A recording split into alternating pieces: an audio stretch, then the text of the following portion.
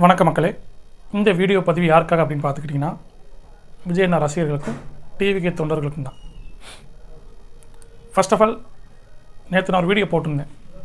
செருப்பை எடுத்து இன்னும் நானே அடிச்சுக்கிற மாதிரி வீடியோ போட்டிருந்தேன். அந்த வீடியோ கிட்டத்தட்ட 2.5 மில்லியன் வியூஸ் போயிருக்கு.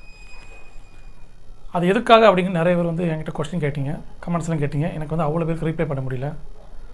உங்கள் எல்லாருக்கும் தெரியும், 27ஆம் தேதி சனிக்கிழமை நம்ம விஜய் சார் நாமக்கல், கரூர் 2 மாவட்டத்துக்கு பரப்புரைக்காக வந்திருந்தார். ஸோ நாமக்கல்லில் எந்த ஒரு அசம்பாவிதம் நடக்கலை. கரூர் பேசிட்டு போனதுக்கப்புறம் நிறையா நம்ம கண்ணை மூடி கண்ணை திறக்கக்குள்ளே நிறைய விஷயம் நடந்துச்சு. அது பொய்யா இருக்கக்கூடாதா அப்படின்னு நானும் பல டைம் யோசிச்சிருக்கேன். நான் வீடியோ காலையில் நியூஸில் விஜய் சார் பரப்புரைக்கு வந்துட்டு போன இடத்துல கூட்ட நெரிசலில் சிக்கி மூச்சு திணறி 40 பேர் இறந்துட்டாங்க. அதில் 8 குழந்தைங்க, 13 பெண்கள், ஆண்கள் உட்பட, வயசானவங்க உட்பட 40 பேர் இறந்துருக்காங்கன்னு சொல்லி செய்தி கேட்கும்போது ரொம்பவே கஷ்டமாக இருந்துச்சு.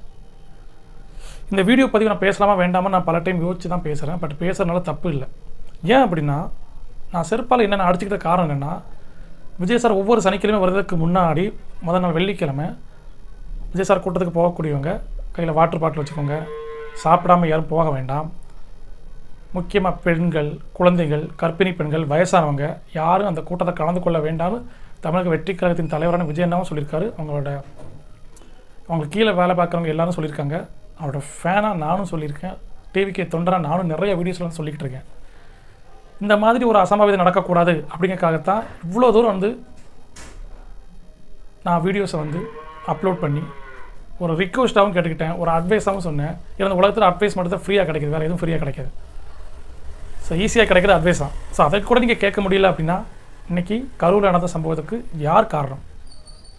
ஒரு பக்கம் தமிழக அரசு, ஒரு பக்கம் விஜய் அண்ணா மேலே, இன்னொரு பக்கம் போலீஸ்காரங்க பாதுகாப்பு சரியாக கொடுக்கலன்னு. இது எல்லாம் ஒரு பக்கம் இருந்தாலும் மக்களாகிய உங்கள் மேலே சில மிஸ்டேக் இருக்குது. நம்ம வீடியோஸ் பார்க்கும்போது தான் தெரியுது. கூரையை பிச்சுக்கிட்டு போகிறது, கோவில் சவுத்து மேலே ஏறுறது, கட் அவுட் கம்பி மேலே ஏறுறது, கொடி கம்பத்தில் ஏறுறது, யார் கடன் தெரியாமல் அந்த கடையில் போய் கடையை சேதாரப்படுத்துறது, இதெல்லாம் பண்ண மக்கள் தான். அது உண்மை. நிறைய பேர் பண்ணியிருக்கீங்க. யாரெல்லாம் பண்ணிக்கணும் உங்களுக்கு தெரியும். ஸோ எனக்கு தெரிஞ்சு விஜய் சார் பரப்புரைக்கு வந்ததுக்கப்புறம் நிறைய இடத்துல பொருள் சேதாரம், பொது சொத்துக்களை சேதப்படுத்துறது, எல்லா பக்கமும் டிவிக்கு துண்டு, செருப்பு, குப்பைகள், அப்படி நிறைய விஷயம் கிடக்கு. நிறைய விஷயம் பண்ணிட்டு போயிடுறீங்க. இதுக்குனால தான் நான் ஆரம்பத்தில் சொல்கிறேன், டிவிகே ரசிகர்களுக்கும் டிவிகே தொண்டர்களுக்கும் விஜய் சார் ரசிகர்களுக்கும் ஒரு வேண்டுகோள் சொல்லி அடிக்கடி நான் வீடியோ போடக்கூடிய காரணம் என்ன, நானும் ஆரம்பத்தில் விஜய் சார் மாதிரி தான் வீடியோ போட்டுட்டு இருந்தேன். உங்களுக்கு எல்லாருக்கும் தெரியும். அவரோட வீடியோஸ்லாம் எடுத்து நான் இமிடேட் பண்ணி தான் நான் கொஞ்சம் ஃபேமஸ் ஆனேன், எல்லாருக்கும் தெரிஞ்ச விஷயம். ஸோ நானே ஒரு நாள் யோசிக்க ஆரம்பித்தேன், விஜய் சார் இப்போ அரசியல் போயிட்டா, இதுக்கப்புறம் இந்த மாதிரி வேலையில் வேண்டாம், நம்ம ட்ரோல் மெட்டீரியல் ஆக வேண்டாம். நம்மளை ஃபாலோ பண்ணுற இன்ஸ்டாகிராம் ஃபாலோவர்ஸ் 75,000 பேர் இருக்கீங்க. ஸோ அவங்கக்கிட்ட நம்ம நல்ல விஷயத்தை கொண்டு போய் சேர்க்கணும். நம்மளோட யூடியூப் சப்ஸ்கிரைபர் 1.5 லட்சம் பேர் இருக்கீங்க. அவங்கக்கிட்ட கொண்டு நல்ல விஷயங்கள் சேர்க்கணும். இப்படிங்கிற முடிவில் தான் நான் கண்டினியூவாக தமிழக வெற்றி கழகத்துக்கு ஆதரிச்சும் விஜய் அண்ணாவுக்கு ஆதரிச்சும் வீடியோஸ் நான் அப்லோட் பண்ணேன்.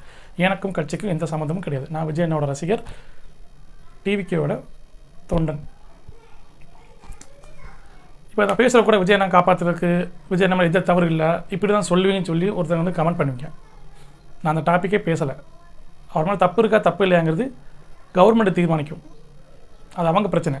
நான் மக்களாகிய உங்ககிட்ட கேட்கக்கூடிய விஷயம் என்னென்னா, கரூரில் இந்த மாதிரி சம்பவம் நடந்தது, இதுக்கப்புறம் இந்த மாதிரி சம்பவம் நடக்காமல் இருக்கணும்னா என்ன பண்ணணும்? விஜய் சார் பரப்புரை வரக்கூடிய இடத்துல அவர் நின்று பேசக்கூடிய நேரங்கள் 15 நிமிடம் தான்.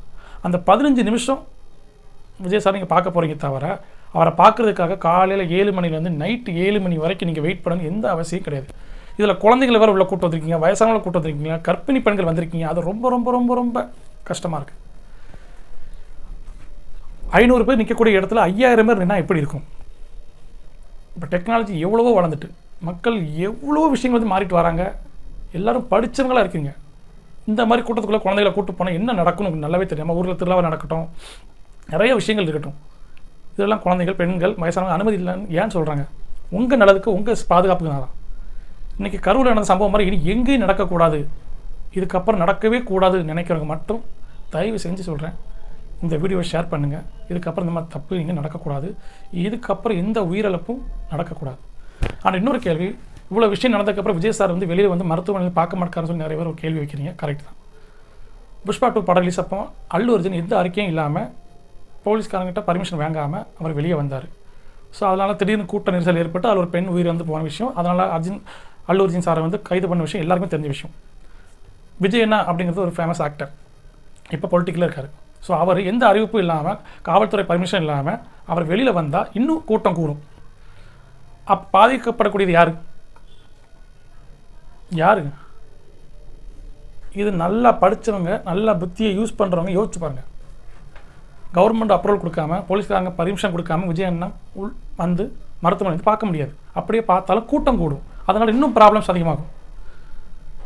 ஸோ நான் விஜய் அண்ணாக்கு வைக்கக்கூடிய ஒரே ஒரு வேண்டுகோள் என்னென்னா, நீங்கள் வர முடியலனாலும் உங்களோட ரசிகர், உங்களோட டிவி கீழே இருக்கவங்க, உங்கள் கிளை செயலாளர், பொதுச் செயலாளர், இவங்கெல்லாம் வந்து ஆஸ்பத்திரியில் நின்று பாதிக்கப்பட்டவங்களுக்கு ஏதாவது ஹெல்ப் பண்ணியிருக்கலாம். என்னோடய வேண்டுகோள் இதுதான். தமிழக வெற்றிக் கழகம் இந்த வேண்டுகோளை ஏற்றுக்கும் அப்படின்னு நான் நினைக்கிறேன். ஸோ எடுத்த உடனே விஜய் சார் வந்து பார்க்கணும், விஜய் சாரையும் வராமல் இருக்கு, அவருக்கான தான் வந்தோம். அந்த மனுஷன் நொறுங்கி போய் உட்காந்துருக்காரா? நம்மளாம் செல்லுலேயோ வீடியோஸ்லேயோ நியூஸ்லேயோ பார்த்து தான், சோசியல் மீடியாவில் பார்த்து தான் நம்ம வந்து இந்த மாதிரி ஒரு விபத்து நடந்து நமக்கு தெரியுது. அவருக்கு தன் கண்ணு முன்னாடி அவ்வளோ மக்களை சந்திச்சுட்டு வீட்டுக்கு போகும்போது 40 பேர் பலிங்கிற போது அவருக்கு எந்த அளவுக்கு மனசு நொறுங்கி போயிருக்கும், மனசு எந்த அளவுக்கு கஷ்டப்பட்டிருந்தா புரிஞ்சு பேசுங்க. தமிழக அரசு ஒரு பக்கம் தப்பு பண்ணாலும், விஜய் நம்மள ஒரு தப்பு சொன்னாலும், தப்பு முழுக்க மக்களாகிய நீங்களும் சிந்திக்கணும். நான் திரும்ப சொல்கிறேன், உங்களுக்கு ஒரு இடத்துல சேஃப்டி இருக்கா நீங்கள் உணர்றீங்க அப்படின்னு கன்ஃபார்ம் பண்ணிட்டு தான் நீங்கள் அந்த இடத்துல நிற்கணும். முக்கியமாக குழந்தைங்க, வயசானவங்க, கர்ப்பிணி பெண்கள், இவங்கெல்லாம் தயவு செஞ்சு கூட்டு வராங்க. அப்படியே கூட்டு வந்தாலும் ஏதோ ஒரு லாங்கில் நின்று, ஒரு அவுட்டர் நின்று விஜய் சாரை பார்த்து கையாட்டிட்டு போங்க. முக்கியமாக இந்த மாதிரி சேதாரம் ஏற்படுத்தாங்க, பொதுச்சத்துக்களை சேதப்படுத்துறது, கூரையை பிச்சுக்கிட்டு போகிறது, இதெல்லாம் நல்லா இல்லை. எதுக்கு? ஏன்? இது சினிமா கிடையாது. தேட்டருக்குள்ளே இருந்துட்டு சேரை உடைக்கிறதும், ஸ்க்ரீனை கிழிக்கிறதும், பட்டாசு வெடிக்கிறதும் அரசியல். நல்லது கொண்டு வராரு, நல்ல விஷயம் செய்ய போகிறாரு, மாற்றம் வரும் நம்ம எதிர்பார்க்குறோம், எல்லாருமே எதிர்பார்க்குறோம் மாற்றம் வேணும்னு. அப்போ அந்த மாற்றத்துக்காக அவர் வந்து தயாராக இருக்கும்போது நம்மளும் கடமைப்பட்டிருக்கணும். நல்ல விஷயத்தை கேட்கணும், நல்ல விஷயத்தை பார்க்கணும், நல்ல விஷயத்தை செய்யணும். இதுக்கப்புறமா இந்த மாதிரி அசம்பாவிதங்கள் எந்த ஊரில் எந்த மாவட்டத்தில் நடக்கக்கூடாதுன்னு நான் கடவுளை வேண்டிக்கிறேன். கரூர் மக்களுக்கு விஜய் ரமேஷ் சார்பாக ஆழ்ந்த அனுதாபங்கள். இதுக்கப்புறம் காயமடைஞ்சவங்க எல்லாம் சீக்கிரம் குணமடைஞ்சு வீட்டுக்கு போகணும். தயவு செஞ்சு இந்த வீடியோவை ஷேர் பண்ணுங்கள். இதுக்கப்புறம் நிறைய பேர் பார்த்து இதுக்கப்புறம் இந்த மாதிரி அசம்பாவிதம் நடக்காமல் கொஞ்சம் தவிர்ப்போம். நன்றி, வணக்கம்.